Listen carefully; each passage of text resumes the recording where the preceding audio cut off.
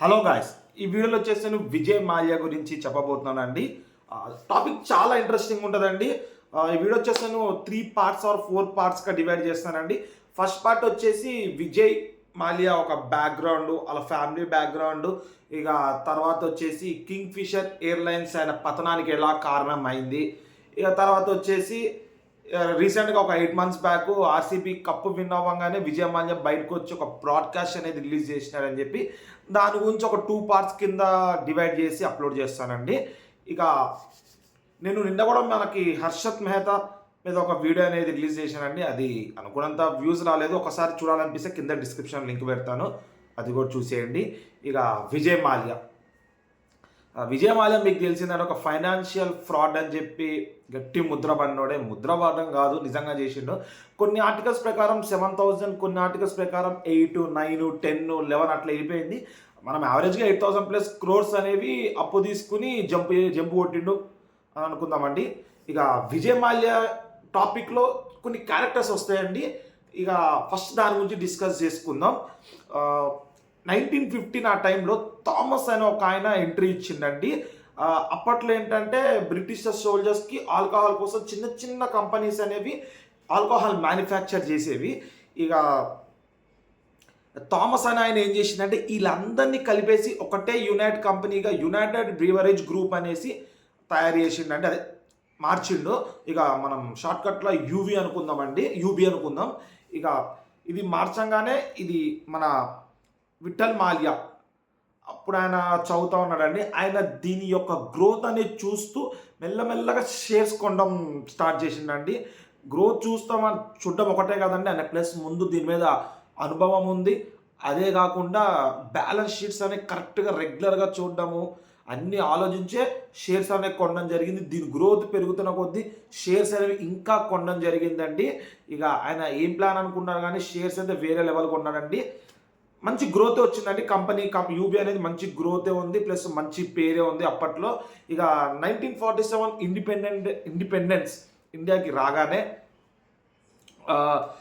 ఎట్లాగో బ్రిటిష్ వాళ్ళందరూ వెళ్ళిపోవాల్సిందే కదండి. ఆ టైంలో ఎవరిని చేద్దాము అన్న టైంలో అందరి మైండ్లోకి వచ్చింది విఠల్ మాల్యా అండి. నాలెడ్జ్ ఉంది, ఇంటెలిజెంట్, షార్ప్, ఎడ్యుకేషన్ ఉంది, ప్లస్ అది కాకుండా హయ్యెస్ట్ షేర్ హోల్డర్ యూబీలో అండి. అందరూ ఆయనే కావాలి అనుకున్నారు, ఆయననే పెట్టారు.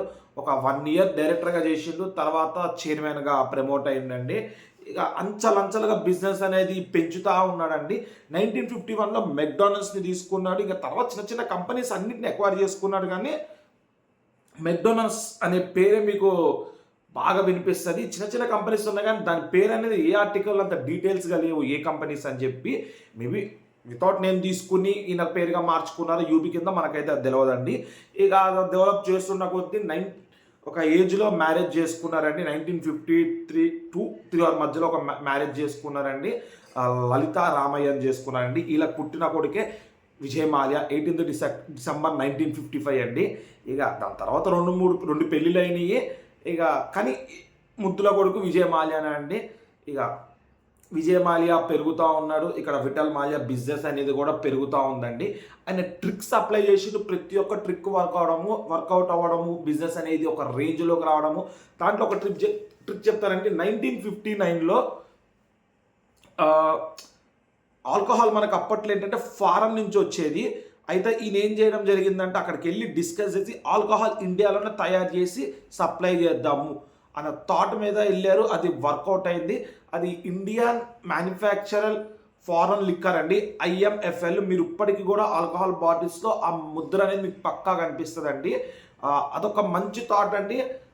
నేను ఆల్కహాల్ ఎంకరేజ్ చెయ్యాలి అని చెప్తలేను. ఆ మంచి థాట్ మీద ఈరోజు మన ఇండియన్ గవర్నమెంట్కి ఆల్కహాల్ మీద హయ్యెస్ట్ ట్యాక్స్ అనేది రావడం జరిగింది. ప్లస్ ఇండియాలోనే మ్యానుఫ్యాక్చర్ అయ్యి సప్లై చేయడం కూడా జరిగిందండి. అప్పుడే స్టార్ట్ అయింది ఆల్కహాల్ అనేది ఇండియాలో మ్యానుఫ్యాక్చరింగ్ చేయడము. ఇక అట్లాగే అంచలంచల బిజినెస్ పెరగడం జరిగింది. ఇక్కడ విజయ్ మాల్యా కూడా ఒక ఏజ్కి రావడం జరిగింది. ఎడ్యుకేషన్ అనేది కంప్లీట్ చేసిండండి. కాలిఫోర్నియాలో మనకి బిజినెస్ మేనేజ్మెంట్ అలాగే ట్రేడర్ మీద ఎడ్యుకేషన్ అనేది కంప్లీట్ చేయడం జరిగిందండి.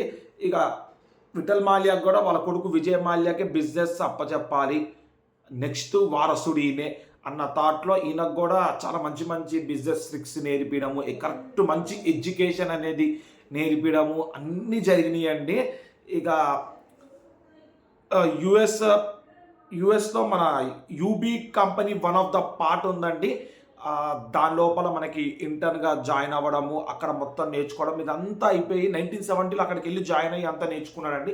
ఇదంతా అయిపోయి మళ్ళీ ఇండియాకి రిటర్న్ వచ్చి యూబీ యొక్క కంపెనీ యొక్క ఆపరేషన్స్ అనేవి ఎలా ఉన్నాయి అని ప్రతి ఒక్కటి చూసుకుని మెల్లమెల్లగా ఆయన చదివిన బిజినెస్ మేనేజ్మెంట్ కోర్సు దాని తగ్గట్టు అన్నీ అప్లై చేయడం జరిగిందండి. అప్పట్లో ఏంటంటే యూబీ కంపెనీలో మేనేజర్స్ అందరూ విఠల్ మాల్యాకి రిపోర్ట్ చేయడం జరిగిందండి. ఈ హైరాకీని మార్చి VP AVP అనేది తీసుకురావడం జరిగిందండి. ఇది ఎట్లా ఉందంటే మేనేజర్స్ అందరూ VP AVP అంటే M శ్రీనివాసరావు ఇక్కడ విజయ్ మాల్యాకి రిపోర్ట్ చేస్తారని, ఈయన వీళ్ళు వెళ్ళి విఠల్ మాల్యాకి రిపోర్ట్ చేస్తారని, అలాంటి హైరాకీ అనేది యూబీలోకి తీసుకురావడం ఒక స్మూత్ వేలో ఆర్గనైజేషన్ అనేది రన్ అవ్వడం జరిగిందండి. ఇక ఇది మెయిన్ పాయింట్ అండి. ఇక్కడ ఇద్దరు లైఫ్ అనేది చేంజ్ అయిపోయిందండి. ఆ ఇయర్ వచ్చేసి 1977 అండి. అప్పట్లో చేంజ్ అయిన గవర్నమెంట్ మూలాన 1977లో ఆల్కహాల్ బ్యాన్ చేయడం జరిగిందండి. ఈ దెబ్బకి చిన్న పార్టీ ఆల్కహాల్ ఇండస్ట్రీస్ అన్ని భయంతో వాళ్ళ ఎసెట్స్ అనేది తక్కువ రేట్లో అమ్ముకోవడం జరిగిందండి.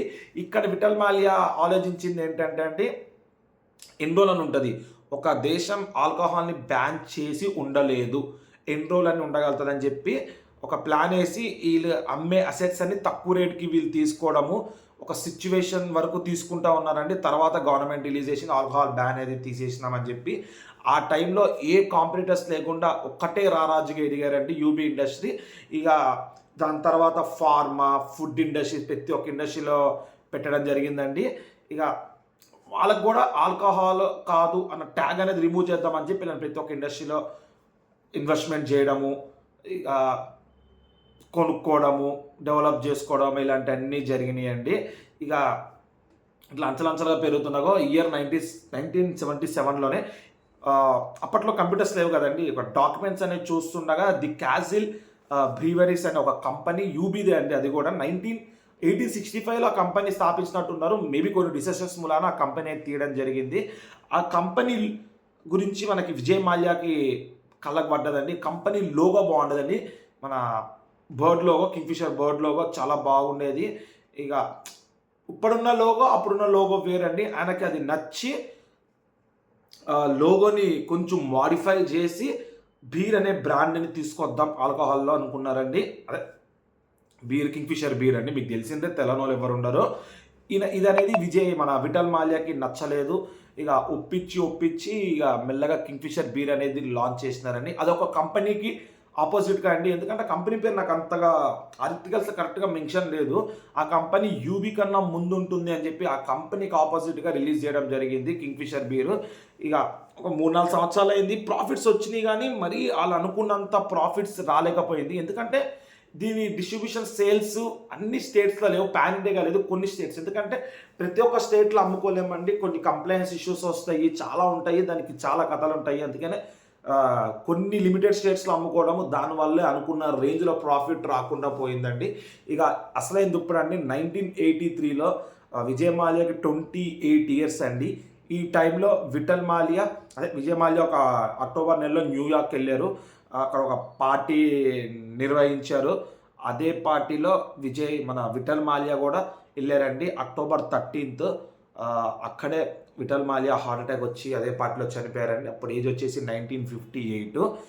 ఇక మనం నార్మల్ ఇళ్ళలో ఏమవుతుందండి, చనిపోతే మామూలుగానే ఉంటుంది. అలాంటి పెద్ద బిజినెస్ మ్యాన్స్ ఇళ్ళలో చనిపోతే నెక్స్ట్ ఎంపైర్ని తీసుకునేది ఎవరు అన్న థాటే ఉండిపోతుందండి.